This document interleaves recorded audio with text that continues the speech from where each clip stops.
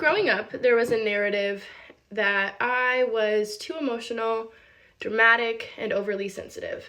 And while I don't think that was entirely off base, overall I was a teenage girl and a child learning how to regulate myself.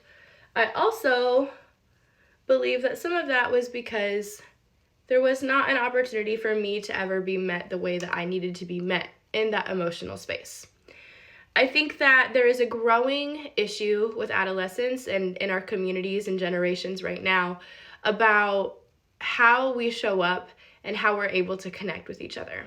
And I think that for a lot of reasons, but for the sake of the video, I just want to focus on a couple of things. So what I want to focus on today is this idea that a lot of times we hear communities and individuals talk about how this generation or the current generations that are being brought up right now have it too easy, are too soft, are making problems out of nothing, and that they don't have a basis for why maybe they feel the way that they feel.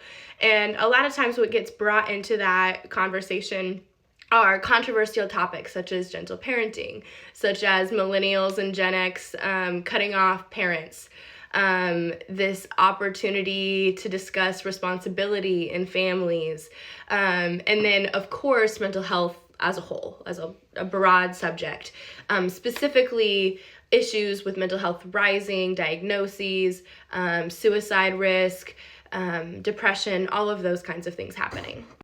I wanted to provide a potential opportunity, a lens of understanding, if you will, for why these things are happening, why we are seeing that huge controversial subject on both ends of the spectrum. The first thing being what I had mentioned, that a lot of times we see individuals, young youth, discussing things about not feeling seen, not understanding, a lot of depression, a lot of anxiety, bullying, and overall just a very large uptick of behavior, of mental health needs, and just concern overall. And on the other end, parents, older generations, discussing their belief that there is no reason for some of these things to be occurring other than the individual being the problem itself. However, this is my take. The first thing that I think about is Maslow's hierarchy of needs, and that is a model that is used in psychology and sociology by Henry Maslow.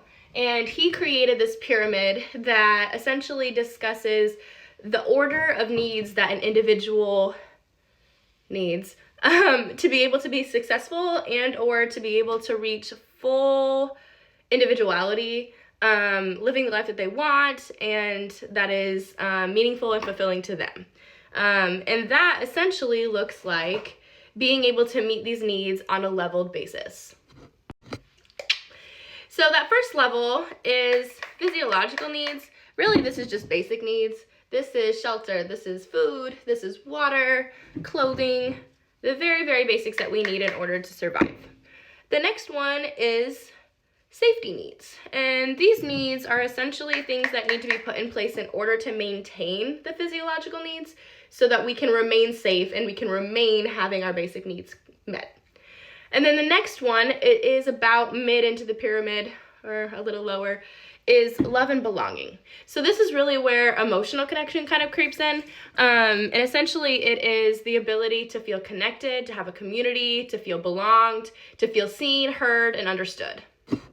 And this is where the main basis of my theory takes place. So it is my belief that prior in our civilization of our country and our development of our country, we were so focused on being able to have other needs met because we were an early country, we were young, and we needed to be able to develop things in order to be functional, to be able to continue civilization and honestly just be not worried about dying, right?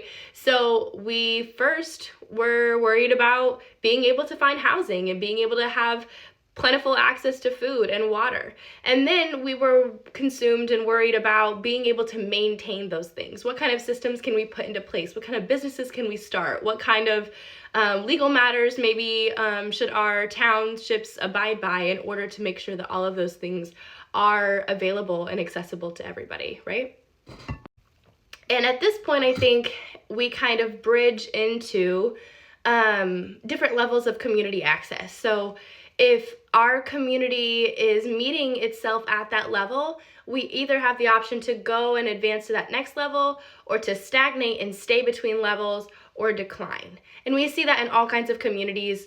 We don't need to worry about that today. But in general, we then have the opportunity to either grow or not, right? And so I believe that right now we are at a place in our country, in our world, where we have the opportunity to either grow into love and belonging and understanding of each other as a people, or not. On a macro level, we see that maybe with countries, but on a in a micro level, we are seeing that in our families. We are seeing that in our individuals. We are seeing that in our young people. And we are seeing that by some of the controversies that I had mentioned previously. So for example, our older generations maybe never needed or were able to meet that third level of love and belonging, instead being herded or gathered into these lower level sections in which our communities were more focused on these things being created.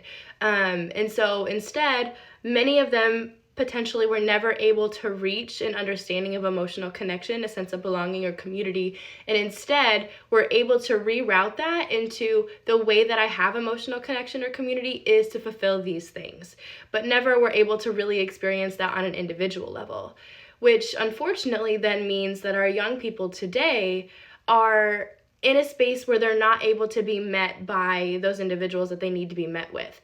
For instance, they do not need to focus on shelter and food and clothing. They probably have access to those things. Not everyone, obviously, but in generality, that is not as big of an issue as it used to be. And so instead of being needed to be met in those two prior categories, they now need to be met in this emotional space, right? And we see that in our conversations about really understanding what being a kid should look like, and understanding that kiddos need to be able to be modeled regulation and to understand how to deal with emotions and what to do with them and how to place emotions. And then in turn, like how to be able to make a connection where somebody feels safe and seen and heard and understood in a vulnerable space that is still positive, right?